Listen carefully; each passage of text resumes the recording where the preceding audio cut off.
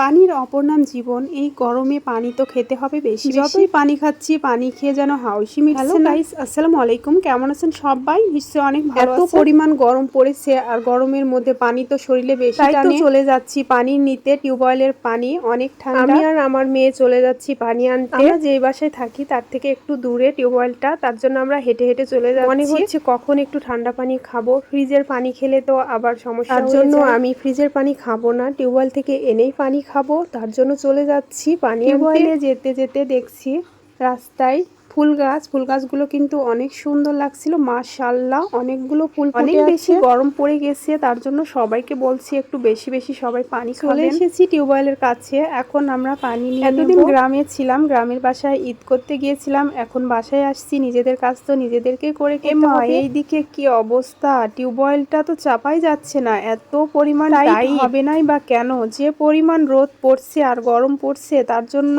টিউবওয়েলের এ অবস্থা। চাচিদের মুখে শোনা কথা, যখন বেশি গরম পড়ে, রোদ পড়ে, তখন নাকি টিউবওয়েল অনেক কড়া হয়ে যায়, অনেক শক্ত হয়ে যায়, চাপতে অনেক কষ্ট হয়। সেটাই হলো আজকে আমার সাথে। আমার তো অনেক কষ্ট হচ্ছিল টিউবওয়েলটা চাপতে, তারপরে কিছুই করার নেই, আমাদেরকে পানি নিয়ে বাসায় যেতে হবে। আরেকটি কথা, সবাই কিন্তু পানি সংরক্ষণ করার পরে বেশ কিছুক্ষণ রেখে দেবেন, তারপরে পানিটা পান করবেন। পানিতে যেই আয়রনটা থাকে সেটা কলসির তলায় এবং জগের তলায় যখন যাবে, সেই পানিটা আমরা তখন খাবো। যাই হোক, এইদিকে তো আমার হাত পুরোটাই লাল হয়ে গেছে কল চাপতে গিয়ে। কলসিটা আমার ভরা হয়ে গেছে। এইদিকে এবার দেখেন আমার মেয়ে বায়না ধরেছে যে সেও কল চাপবে। এই কথা সেই কাজ, সে তো শুরু করে দিয়েছে চাপতে।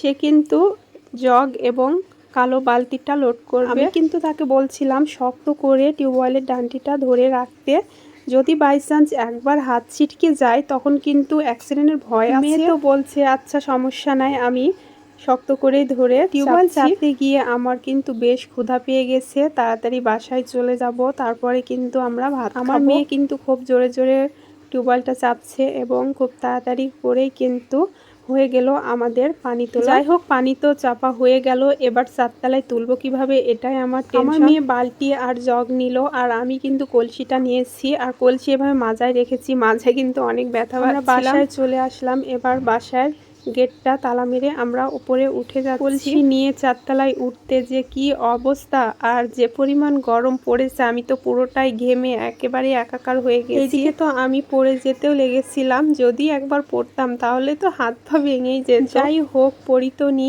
সাবধানে আমরা উঠে গেছি আলহামদুলিল্লাহ। আমরা কিন্তু অনেক ক্লান্ত হয়ে গেছি পানি ওপরে তুলতে গিয়ে। যাই হোক, এটা কোনো ব্যাপার না, এখন আমরা খেতে বসবো ডিম পোস্ট আর ডাল দিয়ে। সবাই ভালো থাকবেন, সুস্থ থাকবেন, ভালোবেসে পাশে থাকবেন আমার। আল্লাহ হাফেজ।